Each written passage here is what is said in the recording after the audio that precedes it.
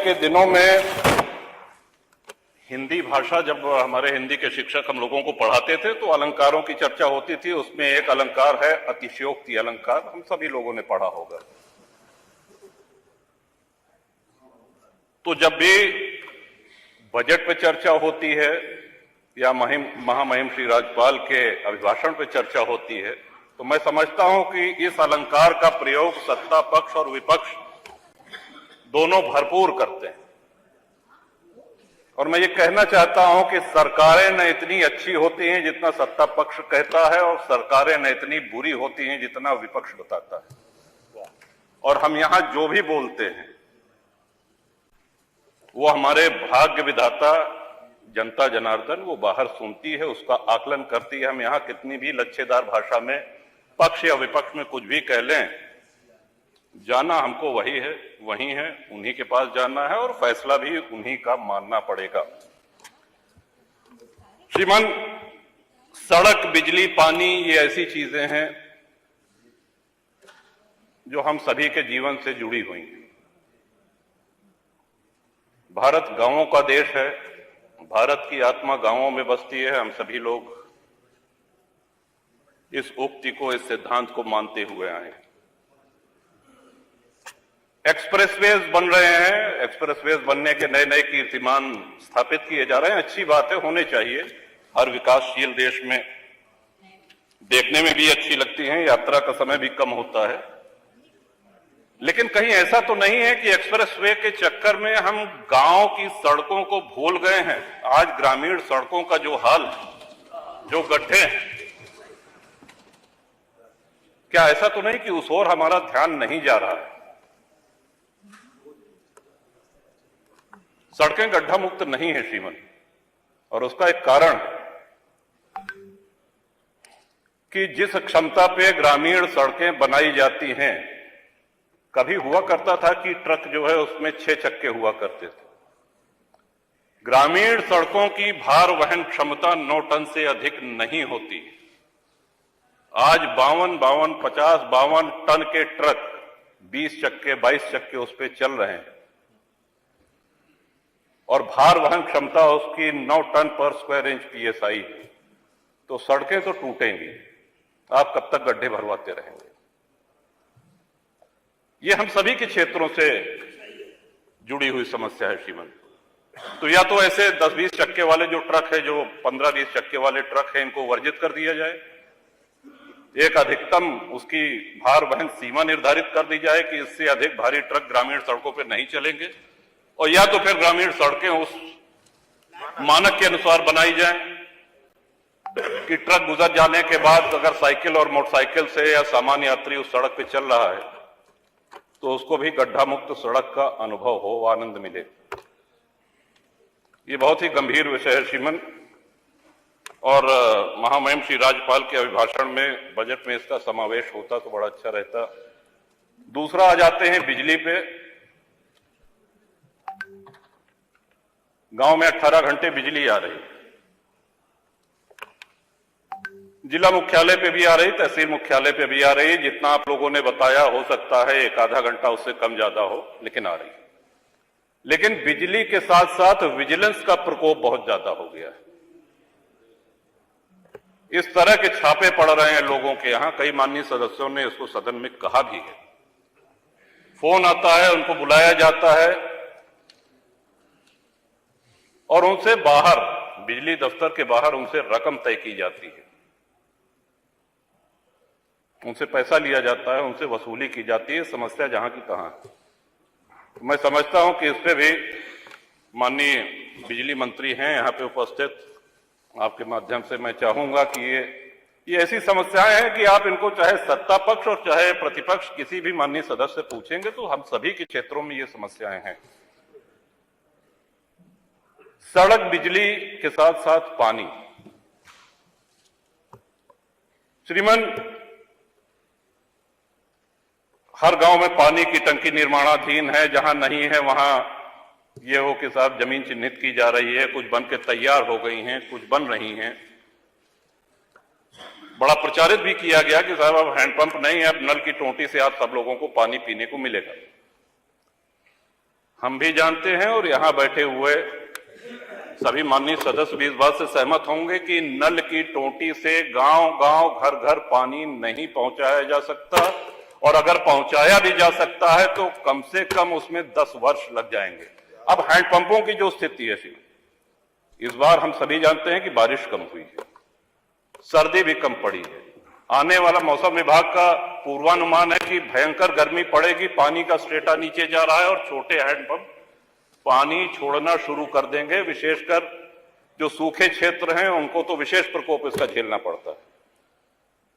जो हैंडपंप हम लोगों को मिलते थे वो हैंडपंप मिलना बंद हो गए हैं, ये कह करके कि अब पानी की टंकी से ही आप लोग जलपान करिए, पानी पीजिए। जो इंडिया मार्क 2 हैंडपंप खराब हो गए हैं, ध्वस्त हो गए हैं, उनको रिबोर करने के लिए जो प्लान थे, कोई भी इंडिया मार्क का हैंडपंप रिबोर नहीं हो रहा है, और सभी माननीय सदस्य से सहमत होंगे साहब।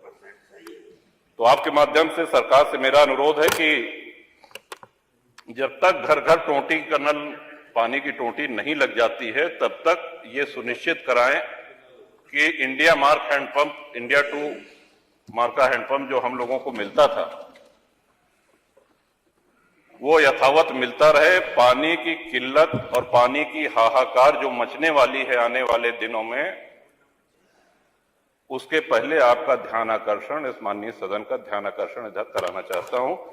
और ये बहुत ही जटिल समस्या आने वाले अप्रैल से शुरू होकर के मई, जून, जुलाई आदि महीने में होगी। इसके साथ ही श्रीमंत सदन का चलना, यह भी एक बड़ा महत्वपूर्ण विषय है, और ये हमारा बहुत बड़ा सौभाग्य है कि 30 वर्ष इस सदन में हो गए हैं और बहुत से महानुभावों के साथ काम करने का, उनके साथ यहां बैठने का अवसर मिला है।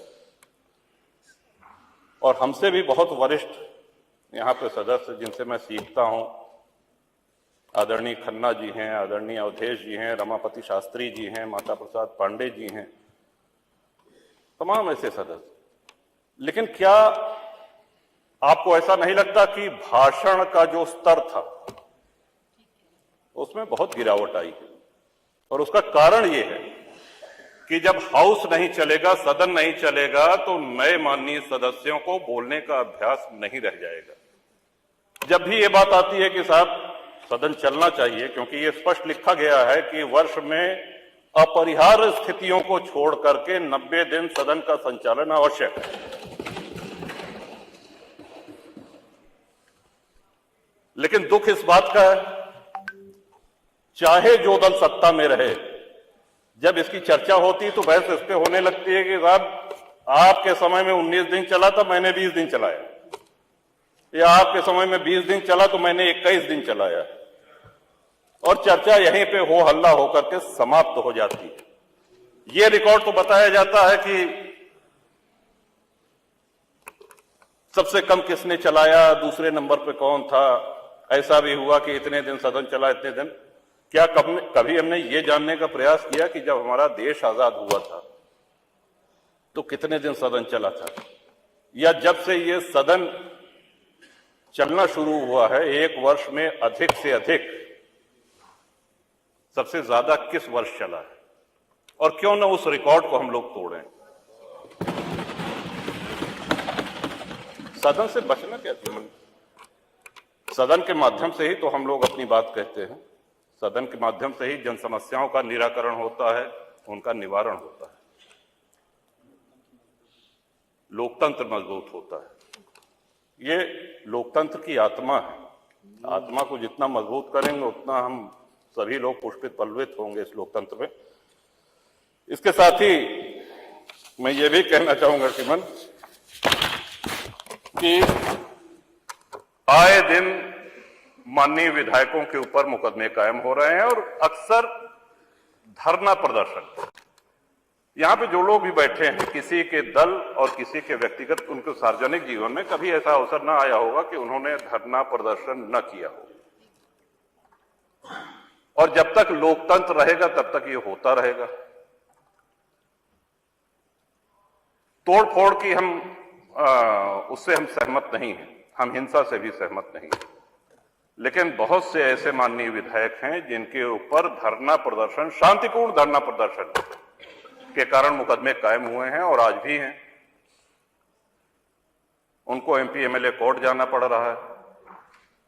कई बार ऐसा भी हुआ कि धरना प्रदर्शन में दूसरे अराजक तत्व आकर के हिंसा फैला देते हैं और झेलना विधायक जी को पड़ता है। एक अलग से अदालत गठित है, वहां जाना पड़ता है, वहां पे उनकी पेशी होती है और पूरा मुकदमा झेलना पड़ता है। तो ये तलवार जो लटकी रहती है माननीय विधायकों के ऊपर कि कब अदालत सजा कर दे। अभी कल भी एक माननीय सदस्य को न्यायालय ने दंड दिया, सौभाग्य से 2 वर्ष से कम अवधि की। तो सभी जनप्रतिनिधियों को प्रतिरोध कौन करेगा, आवाज कौन उठाएगा? अगर धरना प्रदर्शन के इतने गंभीर परिणाम आने लगेंगे तब तो विधायक और सांसद भागने लगेंगे धरना प्रदर्शन से। जनता की लड़ाई कौन लड़ेगा? ये गंभीर विषय मैं चाहता हूं कि इसको पूरी गंभीरता से ये सरकार ले और अनावश्यक मुकदमे। फिर मैं अपनी बात दोहरा रहा हूं कि हिंसा और उपद्रव का मैं समर्थन नहीं कर रहा हूं।